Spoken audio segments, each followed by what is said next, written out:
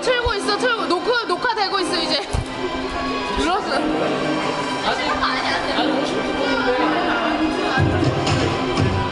여기가 춤춰봐. 너무 예쁘다.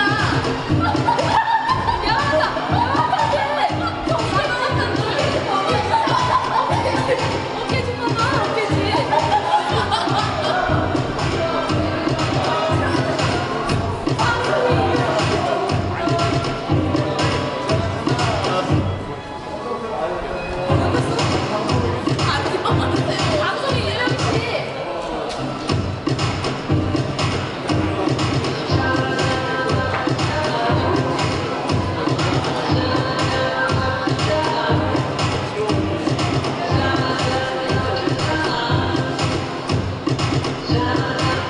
앞쪽부터 좀 깔고 앉으면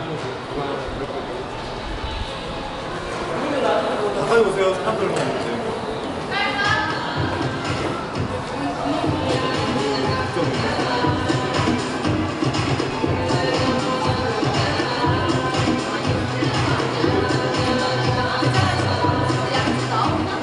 이게 아버지 선생님은 그 독자 부인에서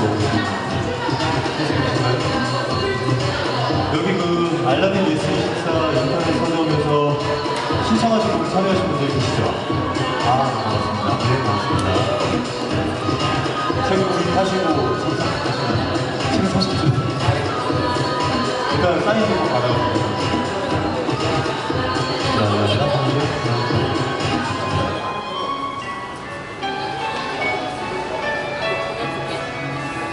이 방송은 어때요?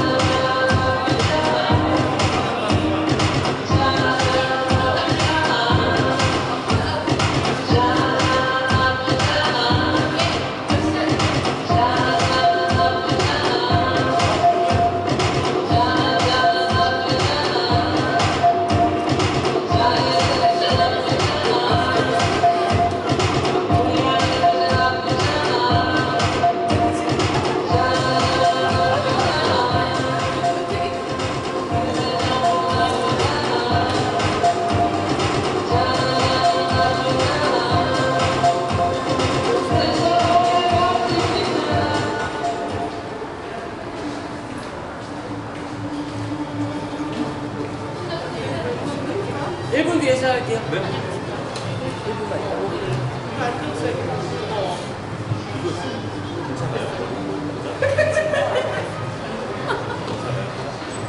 스타 한번 봐요. 스타.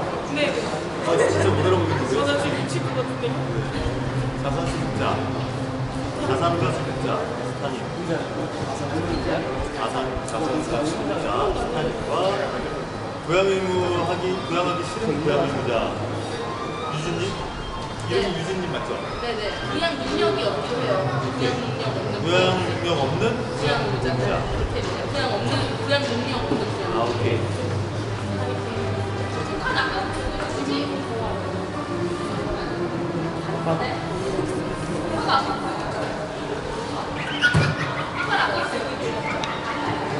되고 있는 거야? 명이 어딨지? 아니 아까 물어봤는 거 아니에요? 네, 녹화 시작하겠습니다. 네. 오 시작했다.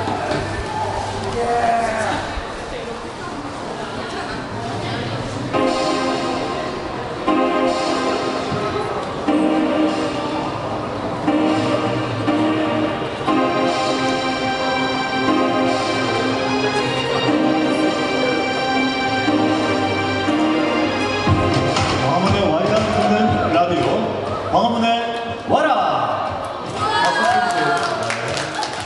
반갑습니다. 네, 장애 등급제 고양이 무대 표지 공동행동 공식 방송 광화문에 와야 듣는 라디오 광화문에 와라. 오늘은 그 2회를 특집 방송으로 준비했습니다. 여기 이제 저희가 평소라 그래봐야 이제 지난번에 한 번밖에 없었는데 평소에는 이제 여기보다 한층 아래에 있는 장애 등급제 고양이 무대 폐지 농성장에서 시작을 방송을 하고 있습니다. 그런데 오늘은 특집 방송이에요. 이제 지난주에 시험 방송을 하고 겁도 없이 바로 두 번째 방송으로 특집을 편성을 했습니다. 이렇게 한 이유는 뭐 여러 가지 이유가 있는데 제가 지금 그 모자를 쓰고 있잖아요. 모자에 보면 뭐라고 써있나요? 크게 말씀해 주세요. 네, 맞습니다. 1017이라고 써있는데 10월 17일이 유엔이 정한 인권 철폐의 날입니다. 그래서 저희가 1017 인권 철폐의 날 투쟁대회를 준비하면서 홍보 차원에서 모자를 쓰고 나왔고요. 마찬가지로 그래서 최근에 광화문 농성장에서 같이 활동을 하시는 김윤영 활동가님께서 책을 한 권 내셨어요. 여기 밑에 소개되어 있는 책인데 송파 세모노의 죽음이 상처를 남긴 이유 죄송합니다라는 책이고요. 바로 이 책입니다. 그래서 오늘은 광화문에 와라 특집 방송으로 광농 2년 10월 15일 2회 방송을 광화문에 와라 특집 죄송합니다 북콘서트로 꾸며보도록 하겠습니다. 박수 한번 주세요.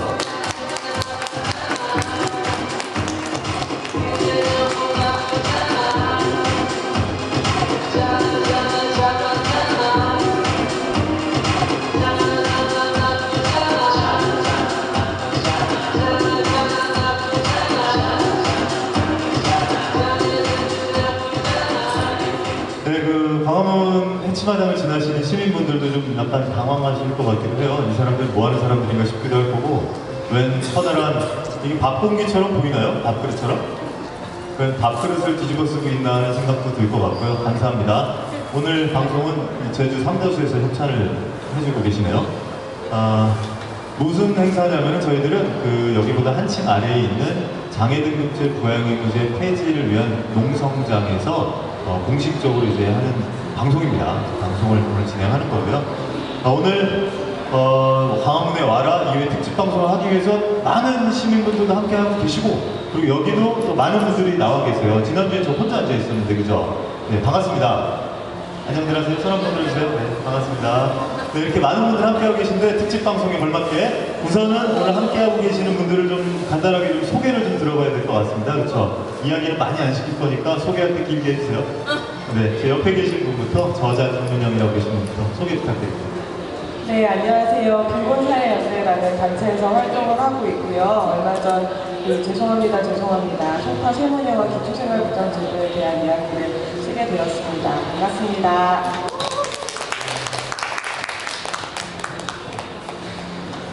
네, 반갑습니다.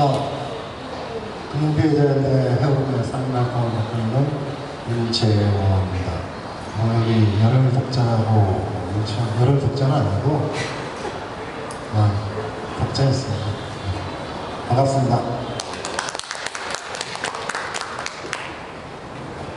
네, 안녕하세요. 저는 해외여행 다니는 자산수급자 스타입니다.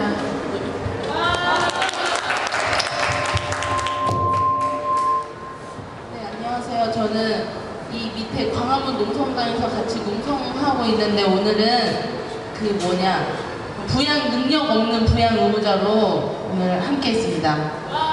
양길진입니다. 안녕하세요. 네, 반갑습니다.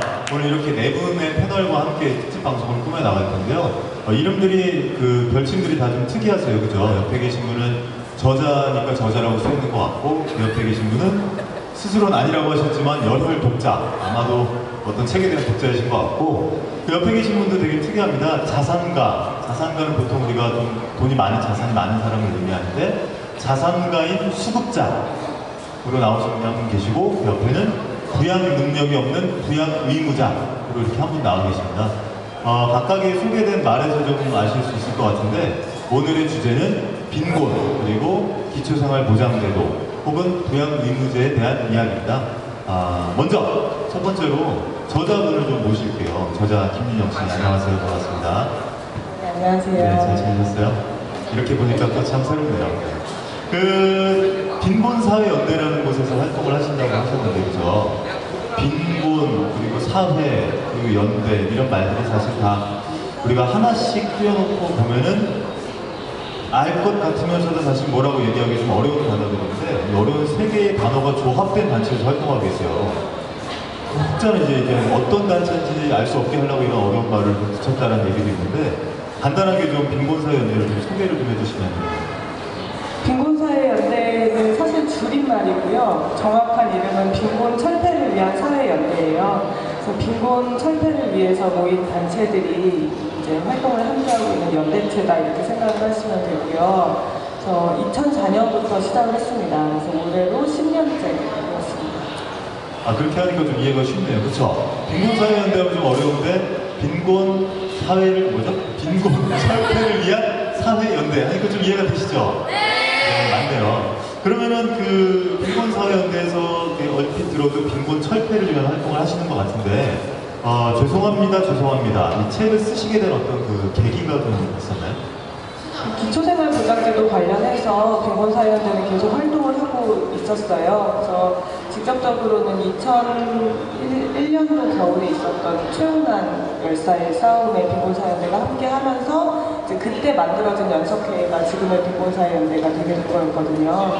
그래서 기초생활보장제도 관련한 활동들을 계속 쭉 해왔었는데, 다들 아시다시피 지난 2월 말에 송파 세모녀의 죽음이 이제 사회적으로 알려지게 되었고, 이런 죽음 앞에 사람들이 굉장히 많이 분노를 했었죠. 제 생각에 분노를 했었던 이유는 두 가지인 것 같아요. 첫 번째로는 이 죽음에 굉장히 공감을 많이 하셨던 것 같아요.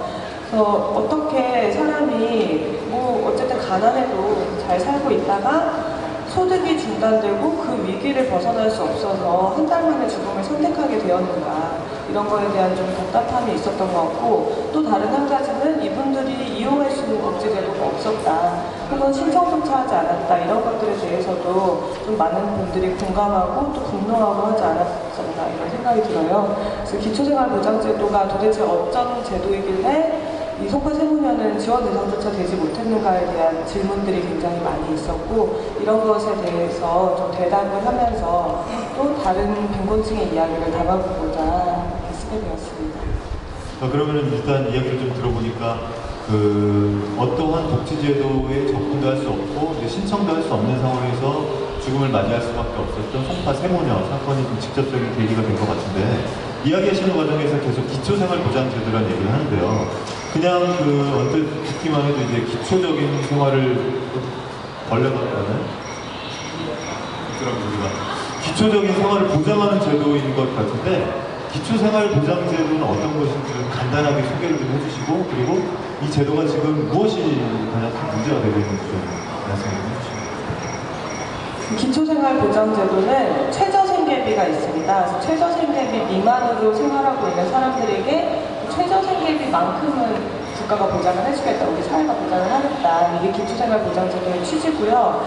생겨나게 된 거는 이제 IMF가 있고 나서 굉장히 많은 거리 노숙인들이 생겼었죠. 그때 처음 생겼던 신종 단어 중에 하나가 실직 노숙인이라는 말이었었어요. 그러니까 직장을 잃어서 거리에 나오는 사람들이 생겨났었다는 거죠. 그래서 이런 좀 빈곤 현실을 보면서 사회적인 충격이 있었고, 이 사회적인 충격의 내용은 누구나 가난해질 수 있다, 본인의 게으름이나 무능 때문이 아니라 어떤 사람이든 어떤 특정한 위기나 아니면 사회 구조로 인해서 가난에 빠질 수 있고, 그렇게 사람이 가난에 빠지더라도 최소한의 인간다운 삶을 좀 지킬 수 있도록 하는 것이 우리가 사회를 만든 이유가 아니겠냐. 그러니까 기초생활보장제도를 만들자, 이런 합의가 이루어질 수 있었던 거죠. 그렇게 기초생활보장제도가 만들어지기는 했는데 사각지대가 정말 너무 넓습니다. 사각지대. 네. 지금 미처 이제 이 영역을 포괄하지 못하는 지대가 굉장히 넓은데 우리나라의 빈곤율을 국제적인 기준으로 봤을 때는 한 14%, 15% 이 정도를 봐요. 그리고 절대적인 기준, 그러니까 지금 현재 최저생계비 120%까지를 차상위 계층이라고 하는데 거기까지를 보통 이제 우리나라에서는 이제 절대빈곤층이다 이렇게 얘기를 하거든요. 이 절대빈곤층에 놓여있는 사람들만 해도 600에서 700만 명 정도가 된다는 거죠. 근데 기초생활수급자 숫자는 130만 명 정도밖에 되질 않습니다.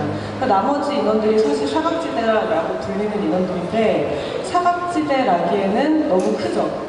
제도가 사실은 외면을 하고 있는 지대인 거고 빈곤하지만 받을 수 있는 지원받을 수 있는 복지제도 이런 것들이 없는 이유가 바로 여기에 이제 이유가 되고 있는 것이죠. 그래서 대부분의 사람들이 발목이 묶여있는 부분은 우리 여기 지하 노성장에서 이야기하고 있는 것처럼 부양의무자 기준이라든지 아니면 재산의 뭐 소득 분산율이 뭐 추정소득이라든지 이런 복잡한 것들이 많이 있어요. 네, 잠깐만 쉬었다 갈게요.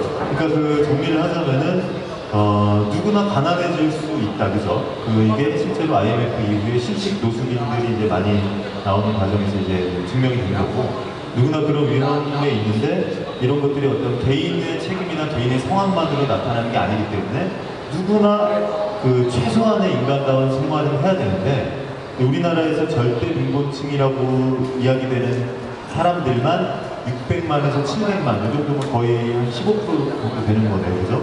아까 얘기하신 국제 기준에도 거의 비슷하게 빈곤층인 거네요, 그죠? 600만이면 15% 되는 거 맞나요? 우리 5천만인가요? 그럼 뭐 비슷하네요, 그죠? 12%나 15%나 얼추 어쨌든 비슷한데 이제 실제로 600만, 700만의 절대 빈곤층 중에서 수급을 받는 사람들은 130만에 불과하다. 그러면 실제 나머지 한 500만 가까이 되는 분들은 어떤 혜택도 못 받는 건가요? 지금 지금 차상위 계층을 지원하는 혜택들이 일부 있기는 한데 이런 것들도 굉장히 일부에 불과하고 대부분의 빈곤층들이 사실상 이용할 수 있는 복지제도가 거의 없다. 있더라도 너무 까다롭다. 네, 그렇죠. 그래서 그런 어떤 제도에 접근도 안 되고 있더라도 너무 까다롭고 나는 궁금한 게 있는데 이제 저희가 이곳에서 콘서트를 하는 이유인 것 같기도 한데요. 사실 송파세모녀의 죽음이 상처를 남긴 이유가 이 책의 어떤 부제고 저희가 있는 이곳 바로 아래층에서 장애등급제 부양의무제 폐지를 위한 농성을 오늘까지 806일째 하고 있습니다. 그죠? 그런데 아까 말씀하시는 과정에서도 기초생활보장제도의 사각지대가 엄청나게 많다고 했는데 그 중에 하나로 얘기하신 게 제가 얼핏 듣기로는 이제 부양의무제 제도가 있었는데 어떤 그 광화문 농성장과 송파세모녀의 어떤 뭐 관계랄까?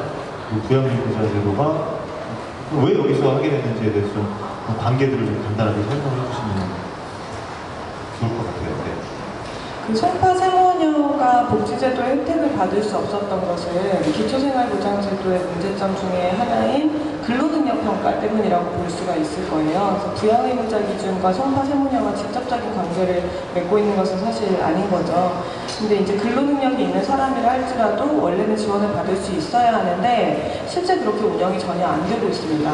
그리고 부양의무자 기준 같은 경우에도 부양 능력이 있는 부양의무자가 있다 할지라도 실제 부양받지 못하고 있다면 또 지원을 할 수 있게 되어 있거든요. 근데 그런 식으로 지원을 받고 있는 사람은 거의 없는 게 현실이에요. 그래서 이런 게 도대체 그럼 어디서 문제가 생기냐. 법은 그럴듯하게 만들어져 있지만 실제로 이게 작동을 하게 되는 원리는 훨씬 더 많은 사회적인 시선이라든지 아니면 행정적인 절차라든지 제도를 집행하는 사람들의 의지에 따라서 갈리고 있다는 거죠. 그래서 그런 면에서 부양의무자 기준과 또 송파세모녀 기초생활보장제도가 밀접하게 좀 관계를 맺고 있는 것 같고 특히 우리가 부양의무자 기준 관련해서 이야기를 하면서 그런 얘기 되게 많이 하잖아요. 어쨌든 가족관계를 남들에게 증명한다는 것 자체가 굉장히 큰 모욕이고 위협이다. 송파세모녀가 기초생활보장제도 수급 신청조차 하지 않았다라는 사실을 사람들이 굉장히 좀 놀랐었는데 어쩌면 복지제도를 이용하는 사람들에 대한 편견이 신청조차 가로막았던 것은 아닐까 이런 생각도 좀 들었었습니다. 네. 그러니까 그 기초생활보장제도의 사각지대를 송파세모녀 같은 경우는 어떤 근로능력 평가 때문에 그런 어떤 그 복지 혜택을 복지제도로 접근할 수 없었는데 복지제도에 접근할 수 없게 하는 가장 큰 이유가 말씀하신 대로 그 부양의무자 제도다. 이 안에서도 부양 능력이 없는 부양자분들도 있을 거고 여러 가지 문제가 있다고 얘기를 하셨어요, 그죠? 그래서 이제 여기 농성장 위에서 우리가 지금 특권 선택하고 있는 것 같은데 그런 이야기들을 좀 구체적으로 해주실 분들이 이제 옆에 나오신 분들이신 것 같아요, 그쵸? 순서가 돌아왔습니다. 오래 기다리셨어요? 네, 아니, 긴장하지 마시고 편하게 말씀해 주시면 됩니다. 네. 옆에 분들은 좀 더 기다리시고. 예, 오래 기다려왔습니다. 기다리다 보니까 내가 해야 될 얘기를 정리를 한다고 했는데 그게 자꾸 초조해지니까 좀 내가 좀 하고 싶었던 말이 혼선 노래. 아, 편하게 하시면 됩니다. 이런 자리가 익숙하세요, 어떻게? 예? 이런 자리도 좀 익숙하세요? 아, 이런 자리하고 많이 익숙하시구나. 네, 있죠. 그건 좀 거짓말이고 그냥 뭐 자주 가지려고 그랬구나. 네, 알겠습니다. 그 질문 하나 드릴게요. 일단은 제목이 아니라 이름이 대장이세요. 열혈 독자 대장이라고 되어 계신데, 그리고 아까 그 소개할 때 들으신 분들이 계실지 모르겠는데, 금융피해자 연대 모임 해오름이라는 곳에서 활동하고 계시다고 했습니다. 그래서 두 가지. 왜 본인이 대장이라고 불리시는가? 그리고 해오름은 어떤 단체인가 좀 간단하게 소개 좀 해주세요. 예. 좀 보면은 대장보다는 좀 산적 두목 같은 그런 느낌이 안 드십니까? 아마 그런 느낌도 좀 들을 거예요. 예. 근데 어쨌든 제가 조금 이 대장이라는 데는 제가 이런 말씀 드리긴 좀 많이 좀 미안스러운 부분이 많이 있는데 제가 지각을 좀 많이 해요. 예. 그래서 별명은 코리안 타임이라고 그러지만 이건 궁색한 저의 별명이었고 지각이 좀 많다 보니까 이제 지각대장이라고 그래서 야 지각대장하면 내 이미지는 뭐가 되냐 기왕이면 앞자 두 장은 빼자 그래서 그냥 대장으로 그렇게 이루기 시작했습니다. 아, 오늘도 여기 계신 분들 중에 제일 늦게 오셨어요, 참고로. 그래서 어쨌든 그래서 그 이후로는 대장이 됐는데 그냥 앞자리 모르고 그냥 대장이라고 그냥 그렇게만 기억해 주시면 저도 대장답게 열심히 노력하면서 활동하려고 생각하고 있습니다. 네네, 아주 훌륭한 본인 소개가 되신 것 같고, 그 금융피해자 연대도 좀 간단하게 소개해 주세요. 어떤 건가요? 예, 금융이라는 거는 이제 여러분들이 다 알고 계시다시피 이 금융권을 얘기하는 거죠. 근데 저희가 2007년도에 우리 대법이든 이 금융업이든 이 아주 높은 금리를 요하면서 이 서민들에게 착취라는 것 이런 거에 대해서 반감을 가지고 시작을 하게 됐습니다. 그래서 주로 저희가 하는 그런 대상층은 빈곤층, 특히나 절대 빈곤층을 주로 대상으로 하고 있습니다. 그 이유는 뭐냐면 그분들은 다중 채무를 지고도 어딘가 하소연할 필요 없어요. 왜? 그분들은 절대 빈곤, 지금 우리가 기초수급 생활자 그 외에 사각지대에 있는 분들 이런 것들 얘기하고 있고 그런데 그런 분들은 사실 어디 가서 알아보려고 하면 돈이 들어갑니다. 그래서 돈이 들어가고 그러는데 일반인들은 그나마 그래도 변호사니 법무사니 이런 데 가서 일정에게 금액을 주고 자기에 대한 이런 금전에 대한 상담도 받고 뭔가 어드바이스를 받는데 이분들은 그럴 처지도 안 돼요. 그래서 이 사회적으로 일반인들을 대상으로 그런 데는 많지만은 절대 빈곤층 이런 분들은 진짜로 어디 가서 이렇게 자기의 고민을 해소할 수 있는 길이 없습니다. 그래서 저희는 그분들을 주 대상층으로 해서 이런 다중채무를 진 분들이 회생을 하거나 파산할 때 그 파산 접수를 도와주는 서류 발부터 그 파산에 관한 모든 그 절차 또 그리고 분리과 그 파산 면책을 받고 난 이후에 사회생활 하는데 어떤 나한테 플러스성과 마이너스성이 있는지 그런 교육과 함께 일단 다중채무의 그 무게를 다뤄주는 일을 중점 사업으로 하고 있습니다. 아, 그러니까 그 어떤 대부업 이런 것들의 어떤 뭐 고리에 그런 채무가 좀 있었는데 이것이 벗어나지 못하고 절대 빈곤층이기 때문에 어떤 뭐 1금융권, 2금융권 이용 잘 못하고 또 정보의 소외도 좀 있을 것 같아요. 그런 정보들이나 이런 것도 좀 어렵다 보니까 좀 벗어나지 못하면서 더 피해가 커지고 그렇게 해서 이제 뭔가 파산을 해야 되는데 이제 파산하는 방법도 잘 모르시고 이런 분들에 대해서 많은 좀 도움을 주신다고 하는 단체라고 좀 이해를 했습니다. 제가 그 예전에 이제 그런 얘기를 한번 드린 적이 있었어요. 이제 제가 잘 아는 후배가 대출을 받는다고 이제 저한테 문의를 했더라고요. 제가 관련된 일을 하진 않았는데 그냥 전화 와서 형, 내 대출이 필요한데 이걸 좀 어디서 받고 뭐 어떻게 해야 돼요? 막 이래서 제가 친구들한테 좀 얘기를 물어봤었어요. 그때 좀 보험회사 다니는 친구, 뭐 은행권에 있는 친구한테 야, 얘가 이런 애인데 대출을 좀 받아야 되는데 대출이 좀 될까? 이랬더니 안 되는데? 안 되는데? 이러는 거예요. 그래서 왜 이런 대출이 안 되냐고 대출을 직장도 다니고 있던 친구였거든요. 왜 대출이 안 돼? 이랬더니 그 친구의 말이 정말 저는 명언이었다고 생각하는데 대출은 원래 필요한 사람들한테는 안 돼. 이렇게 얘기하더라고요. 무슨 얘기인지 이해가 되세요? 그죠? 그래서 저도 그 말을 듣고 하는 생각이 들었죠. 저도 이제 대출이 아니 뭐 이런 얘기하면 안 되겠지만 결혼을 하니까 대출을 많이 하시더라고요. 그게 아닌데 하여튼 뭐 그게 아닙니다. 그런 사람이 있는 것 같습니다. 네, 죄송합니다. 자, 아니 그 열혈 독자라고 표현해 주셨는데 책 읽으셨어요? 네, 솔직하게. 예, 이거를 빨리 대답하세요. 읽으셨어요? 예, 읽었죠. 다 읽으셨어요? 예, 물론 읽었는데 네, 물론 읽었는데 처음에는 이제 이 저자인 유영 씨가 선물로 줬어요. 한번 읽어보시라고 네. 이렇게 선물로 줘갖고 또 선물로 받았는데 안 읽는다는 거 그거는 좀 그렇잖아요. 주는 그게 서로 간에 예의고 그런데 저도 받았으면 그 책에 대한 예의상 저도 읽어야 되지 않겠습니까? 그래서 읽으신 거죠? 그래서 읽었죠. 다 읽었죠. 다 읽으신 거죠? 그럼. 대단하십니다. 저도 선물을 받았는데 사실 저는 아직 안 읽었어요. 미안한데. 근데 그러면 간단하게 좀 책을 읽고 나서 어떤 생각이 드셨는지 좀 우리 여기 계신 분들에게 읽으신 분도 계시고 안 읽으신 분도 계신데 좀 얘기를 좀 해주세요. 네, 근데 제가 이 책을 읽고 나서 거기에 있는 책 장장마다 말씀을 드릴 수가 없고 그리고 또 지금 기초법이라든가 부양제도라는 그런 제도는 이미 저자가 조금 전에 말씀했고 책에도 있고 그렇기 때문에 저는 이제 포괄적인 얘기로 해보겠습니다. 책을 읽고 나서 제일 먼저 느낀 게 저도 지금 현재 수급자인 상태로 활동을 하고 있습니다. 그래서 많이 이 활동을 하는데 굉장히 좀 이렇게 불편한 점도 많이 있고 그런 상황에 놓여 있는데 일단은 제가 이걸 보고 나서 모든 빈곤한 사람들 뭐 수급자뿐만 아니라 모든 빈곤한 사람들이 이렇게 빈곤하게 살아가는 게 굉장히 얼마나 힘든지 그거를 이렇게 아주 절실하게 느꼈고 저는 지금 그래서 그 말을 드리기 전에 저는 이 책을 읽는 거에 대해서 눈을 감고 한번 언뜻 생각을 해봤어요. 눈을 감고 한번 그려봤어요.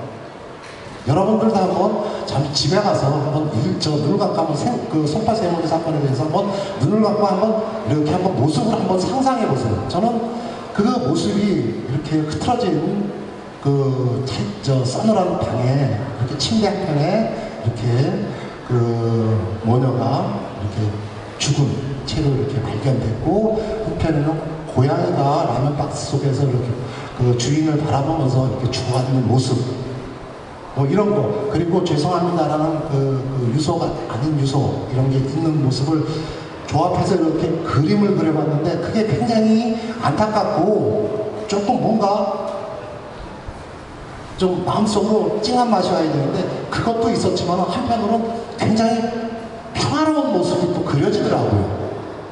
이거는 아마 이분들이 하늘나라로 가서도 이제는 평화롭지 않을까 이런 상상을 나름대로 해보면서 지금 얘기를 하려고 합니다. 그래서 저는 이게 손파 세모녀뿐만 아니라 모든 빈곤한 분들이 다 그러리라고 생각합니다. 누구나 이 인간으로 태어나면은 어머님 뱃속에서 앙앙 우는 그 순간부터 그 사람의 존재감을 인정을 하는 겁니다. 그리고 축복을 받고 그 존재감을 인정받는데 주위 친척이나 동네분들이 축하합니다. 어우 잘생겼네 이런 거는 그 인간 한 사람으로서의 존재를 인정해 주는 겁니다. 또한 그 사람이 또 누려야 될 권리도 함께 인정해 주는 걸로 저는 알고 있습니다. 그런데 지금 와서 이렇게 생각을 해보면 그런 인간의 권리라든가 존재가 아니거든요. 심지어는 내가 수급자로 살면서 나의 정체성이라든가 이런 걸 다 잊어버렸어요. 분실을 했습니다. 그래서 저는 지금 이렇게 살면서 이 책에도 이렇게 뭐 서술돼 있지만은 저는 지금 이 생활이 누군가에 의해서 어떤 지배에 의해서 먹으라면 먹고 앉으려면 앉아야 되고 우리 흔히 가정에서 강아지 개를 키우죠. 반려견이라고 해서 키워서 많이 먹이고 그렇지만 또 말도 잘 들어요. 저는 꼭 그런 것 같아요. 잘은 먹지 못하지만 이 나라 이 정부가 앉아야 되고 서야 되고 꼬리 흔들어 그래 꼬리 흔들어야 되고 이 이방인적인 삶을 산다는 게 굉장히 얼마나 힘든지 이 책에도 굉장히 그런 것에 대해서 서술이 잘 되어 있더라고요. 네, 그러니까 말씀하신 게 이제 계속 그 책을 읽는 과정에서 이제 빈곤층으로 살아가는 게 얼마나 힘든가 그죠? 이런 것들이 더 이제 대장님이 이제 또 수급자이고 좀 더 공감이 가셨다고 이제 이야기 들었습니다. 이제 그 수급자 대신 과정이나 이런 것들도 이제 아마 금융 피해 때문인 걸로 알고 있는데 좀 이따가 좀 더 자세하게 한번 들어보는 걸로 하고요. 이렇게 빈곤층으로 살아가는 것 혹은 이 빈곤을 벗어나는 것 이게 지금 되게 구조적으로 좀 많이 힘들다라는 이야기들이 많이 있어요. 송파 생모녀 같은 경우도 이제 박근혜 대통령이 그 생모녀 사건을 접하고 나서 그렇게 물었다지 않습니까? 아니 왜 제도가 있는데 신청을 안 했을까요? 잘 몰랐나요? 뭐 이런 얘기를 했다고 하는데 근데 실질적으로 이제 수급자로 살아가는 것 혹은 벗어나는 것 다 어렵다고 얘기를 하고 이게 뭐 큰 문제라고 하는데 이제 옆에 계신 분들한테 좀 마이크를 좀 넘겨볼게요. 조스타님이라고 계신데 자산가 수급자라는 타이틀을 걸고 계세요, 그죠? 자산가. 네. 자산가와 수급자. 안녕하세요. 안녕하세요. 오래 기다리셨죠, 그죠? 네네. 오늘 변장을 하고 나오신 건가요? 아니요, 가면 쓴 건데. 아, 네네. 이게 좀 뭔가 안 보이게 하려고 하는 거죠? 제가 뭐요? 아니, 그러니까 누군지 못 알아보게 하려고 하신 예, 거죠? 예. 네네, 알겠습니다. 그 자산가와 수급자라는 타이틀이 이제 되게 상반되는 타이틀이잖아요, 그죠? 그런데 왜 그런 이름이 붙었는지, 그런 이름을 지으셨는지 좀 간단하게 소개를 좀 부탁드릴게요. 제가 아마 한 달 전쯤에 그 기사를 봤었어요. YTN에서 일요일에 보도했던 그 수급권자들이 연평균 한 2회 정도 해외여행을 다닌다고 하면서 사실 이제 자산가였던 수급자들이 많이 밝혀지고 있다 이런 내용의 기사를 본 적이 있어요. 그래서 지난 3년간 53만 8천 명이 107만 차례 출국한 기록을 새누리당 김현숙 의원의 자료를 받아서 이제 보도를 했더라고요. 기초생활 수급권자인데 해외여행을 갔다라는 거죠, 그죠? 네. 네, 계속해주세요. 네, 그래서 저는 진짜 엄청 깜짝 놀랐죠. 일요일 얼마나 좋은 날이에요. 네. 근데 아침에 그 기사를 보고 진짜 깜짝 놀랐어요. 제가 한 3년간 매년 해외여행을 다녀오고 있거든요. 아, 매년 해외여행. 네. 지금 수급자시고. 네네. 네네. 계속해주세요. 네. 자산가시네요.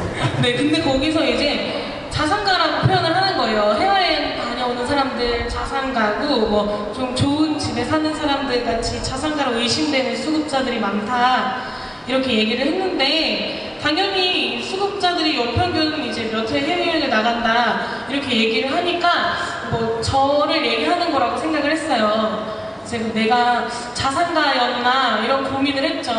아, 해외여행 나 정도 살면은 다들 나보다 못 사는 건가? 내가 자산가인가? 이런 생각을 하면서 그럼 수급자를 바라보는 시선이 도대체 어떻길래 해외여행 한 번만 나가도 자산가라고 생각을 하는 건지. 그러니까 그 기사에서 얘기하고 싶었던 건 이제 그런 거네요. 수급자, 이제 뭐 근로능력도 없고 이래저래 해서 기초생활 수급권자로 있는데 네가 어디 감히 해외여행을 가? 이건 거죠. 네, 그런 거죠. 그 뭐 무슨 돈으로 갔어? 뭐 이런 거네요. 네, 소득도 없고 재산도 없고 부양 가족도 없는 극빈곤층에게만 이제 지원하는 기초생활 수급권이 네, 줄줄 새고 있다. 뭐 이런 내용이었어요. 근데 그 비용은 어떻게 마련하셨던 건가요? 해외여행. 네. 비용은 세 번 다 좀 수급비로 가면 진짜 좋겠는데 사실 수급비가 얼마나 되겠어요. 저기 지금 오는 차비도 안 돼요. 한 번은 제가 교회를 다니고 있어서 거기서 지원을 받아서 선교 여행 같이 한 2주 떠났었고요. 한 번은 제가 고등학교 졸업하면서 받은